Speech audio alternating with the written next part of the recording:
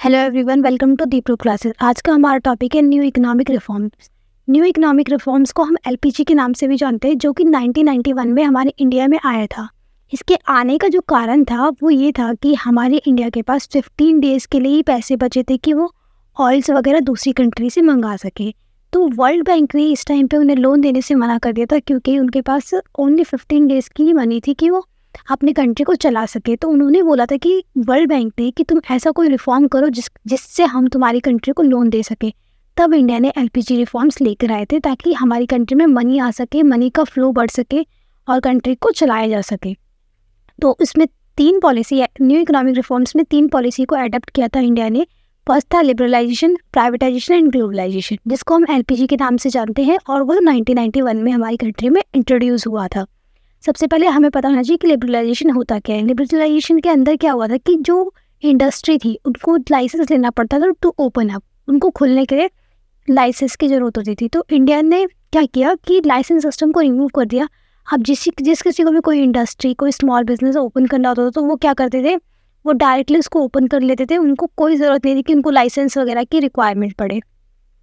तो इससे इंडिया के इंडस्ट्री सेक्टर को बहुत ज़्यादा ग्रोथ मिला, क्योंकि किसी को लाइसेंस की ज़रूरत पड़ती नहीं थी। तो हर कोई अपनी इंडस्ट्री को ओपन कर लेता था स्मॉल स्केल पे, और वुमेन वगैरह भी इसमें पार्टिसिपेट ईजिली कर सकती थी। तो इसीलिए इंडिया के लिए लिबरलाइजेशन जो था एक अच्छा रोल साबित हुआ। Removal of entry and growth restriction on private sector enterprises और the removal of trade barriers, यानी कि जो हम व्यापार करते थे उसमें जो भी बैरियर्स थे उसको रिमूव किया गया। और removal of entry and growth restriction, यानी कि किसी को इंडस्ट्री सेक्टर में आना है तो उसको ओपन अप कर दिया, उसमें रिमूवल कर दिया जितने भी बैरियर्स आते थे, यानी कि लाइसेंस वगैरह को हटा दिया गया। तो लिबरलाइजेशन के हमारे जो सबसे पहला टॉपिक है वो इंडस्ट्रियल सेक्टर रिफॉर्म, यानी कि इंडस्ट्री के जो सेक्टर थे उसमें क्या रिफॉर्म्स आए। सबसे पहले रिड्यूसिंग इंडस्ट्रियल लाइसेंसिंग, लाइसेंस को रिमूव कर दिया गया। सिर्फ इन 5 चीज़ को छोड़कर, 4-5 चीज़ों को छोड़कर हर चीज़ पे लाइसेंस लेने की ज़रूरत नहीं पड़ती थी। पहली थी अल्कोहल, दूसरी मेडिसिन, डिफेंस, केमिकल, इन सब में ही हमें लाइसेंस लेने की ज़रूरत पड़ती थी। इसके अलावा किसी में भी लाइसेंस लेने की ज़रूरत नहीं पड़ती थी। फिर दूसरा पॉइंट है इसका, decrease the role of public sector. Public sector यानी कि गवर्नमेंट जो सेक्टर थी उसका रोल थोड़ा कम कर दिया गया, क्योंकि प्राइवेट सेक्टर को इंट्रोड्यूस करना था ताकि वो इंडस्ट्री वगैरह खोल सके। तो इसलिए पब्लिक सेक्टर का जो रोल था वो कम हो गया था। इंडस्ट्री सेक्टर रिफॉर्म्स के अंदर एलपीजी के पार्ट्स है ये। तो all the company give the private sector except railway, defence, atomic energy, यानी कि सारी कंपनी जो थी वो हमने प्राइवेट सेक्टर के हाथ में सौंप दी गई थी, एक्सेप्ट रेलवे गवर्नमेंट को दिया था, एटॉमिक एनर्जी वगैरह और डिफेंस वगैरह ये सारे गवर्नमेंट के हाथ में थे। बाकी सारी चीज़ें जो थी वो प्राइवेटाइज कर दी गई थी, मतलब कि और भी लोग इसे ओपन कर सकते थे। मेकिंग एमआरटीपी एक्ट मोर लिबरल। एमआरटीपी एक्ट का मतलब होता है कि प्राइस डिसाइड करने का जो, मतलब कि प्राइस जो है वो एक इंडिविजुअली भी डिसाइड कर सकता है। ज़रूरी नहीं है कि हमें गवर्नमेंट से ही परमिशन लेनी पड़ेगी to decide the price of a commodity. इसमें क्या था, restricted trade practices act, monopoly restricted trade practices act, यानी कि जो भी हमारी मार्केट को मोनोपोली कर देती है, यानी कि एक इंसान के हाथ में सौंप देती है, उन सारे एक्ट को रिमूव कर दिया गया। Freedom to import capital goods like machinery, import करने के लिए कैपिटल गुड्स के अंदर हैवी गुड्स आ जाते हैं, लाइक मशीनरी, कोई बड़े बड़े कार्स वगैरह, ये सारी चीज़ आ जाती है। तो इन सब का इंपोर्ट हमने फ्री कर दिया था। फिर इसके अंदर सेकंड रिफॉर्म क्या था एलपीजी के अंदर, मतलब कि ओनली लिबरलाइजेशन के अंदर फाइनेंशियल सेक्टर रिफॉर्म, यानी कि जो पैसे से रिलेटेड जो सेक्टर थे उनमें क्या रिफॉर्म किए। सबसे पहले था establishment of private sector to increase competition, interest low, यानी कि हमने एस्टेब्लिशमेंट ऑफ प्राइवेट सेक्टर को हमने इसलिए इंट्रोड्यूस किया था कि हमारा जो गवर्नमेंट पे बर्डन जो है इंडस्ट्री सेक्टर का वो थोड़ा रिड्यूस हो जाए, और इसमें हमने जो प्राइवेट सेक्टर उनको लोन वगैरह प्रोवाइड किए थे। Changing in the role of RBI, जो आरबीआई का रोल था वो चेंज कर दिया गया था, और आरबीआई ने परमिशन दे दी थी कि लोन तुम दे सकते हो वेरी लो इंटरेस्ट, ताकि जो लोग हैं वो और प्रोत्साहित हो, ताकि वो इंगेज हो सके इंडस्ट्री सेक्टर में। फिर है foreign investment limit, increase the foreign investment. इसमें क्या है, गवर्नमेंट ने क्या कर दिया, फॉरेन सेक्टर को इंक्रीज कर दिया, यानी कि जो एक्सचेंज वगैरह होते हैं ना करेंसीज के, तो उनको इंक्रीज कर दे ताकि लोग इजीली अपनी करेंसी को चेंज करा के फॉरेन करेंसी में कर सके convert.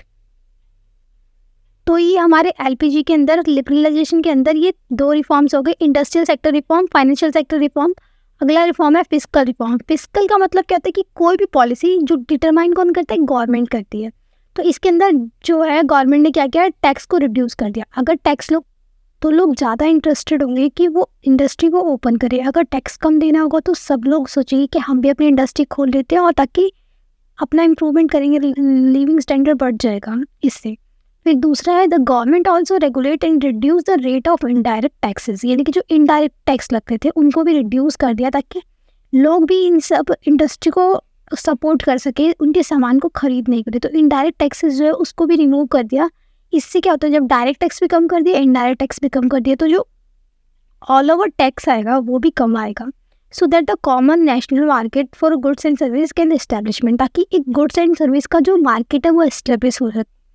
The process of taxation is also simplified. जो टैक्सेशन का पूरा सिस्टम था उसको बहुत ज़्यादा सिंप्लीफाई कर दिया, ताकि common man can easily understand the structure, ताकि एक नॉर्मल जो पर्सन है जिसको फाइनेंस की कोई नॉलेज नहीं है, टैक्स की कोई नॉलेज नहीं है, वो भी एबल हो सके कि वो पूरी रिफॉर्म्स को अच्छी तरीके से समझ सके टैक्स के बारे में।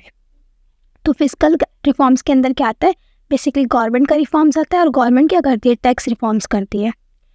फिर हमारा एक आता है फॉरेन एक्सचेंज रिफॉर्म्स। इसमें क्या है कि हम फॉरेन एक्सचेंज क्या होता है कि फॉरेन करेंसी को अपनी करेंसी में एक्सचेंज करना। तो डिविजन ऑफ रुपीज़, यानी कि जो डिवैल्यूएशन ऑफ रुपीज़, यानी कि इसमें क्या किया गवर्नमेंट ने अपनी मनी को, यानी कि रुपीज़ को डिवैल्यू कर दिया। Adopting floating exchange rate system. Floating exchange rate system का मतलब कि दोनों, गवर्नमेंट भी और प्राइवेट सेक्टर दोनों इसमें अपना परफॉर्मेंस दे सकती है to determine the foreign exchange rate वगैरह, ठीक है। फिर आता है trade and investment reforms. Trade का मतलब जो एक दूसरी कंट्री के साथ अपना सामान और एक्सपोर्ट और इंपोर्ट करते हैं। एंड इन्वेस्टमेंट रिफॉर्म का मतलब कि कोई कंट्री हमारी कंट्री में इन्वेस्टमेंट करती है या फिर हम किसी कंट्री में इन्वेस्टमेंट करते हैं, वो सारी चीज़ें। तो इसमें गवर्नमेंट ने क्या रिफॉर्म किया, सबसे पहले reduction in quota system. Quota system में रिडक्शन किया। कोटा सिस्टम का मतलब कि एक जो अमाउंट होती है ना दूसरी कंट्री में देने के, यानी कि बोल दे कि 1 kg सामान तुम दूसरी कंट्री में भेज सकते हो, हमें उतना ही भेजना पड़ता है। तो कोटा सिस्टम में थोड़ा रिडक्शन किया ताकि लोग अपना सामान ज़्यादा बेच सके और दूसरे से भी मंगा के अपनी टेक्नोलॉजी को इम्प्रूव कर सके। फिर था removal of export duty. Export duty को रिमूव कर दिया ताकि लोग आराम से सामान वगैरह ले जा सकें। अगर ड्यूटी कम लगी, यानी कि टैक्स वगैरह कम लगेंगे, तो सामान ईजिली बिक सकेगा। Reduction in import duty. Import duty को भी रिड्यूस कर दिया ताकि लोग हमारा भी सामान खरीद सकें।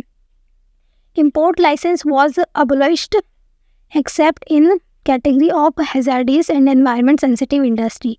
जो लाइसेंस सिस्टम था वो सब में दे दिया एक्सेप्ट जो खतरनाक चीज़ें होती थी उनको छोड़कर, लाइक डिफेंस वगैरह हो गया, एटॉमिक बॉम्ब वगैरह हो गए, ये सारी चीज़ें। तो एलपीजी के अंदर ये टोटल ऑल ओवर सारे रिफॉर्म्स थे जो कि हमने पढ़े। ओनली फॉर लिबरलाइजेशन के बारे में हमने पढ़ा।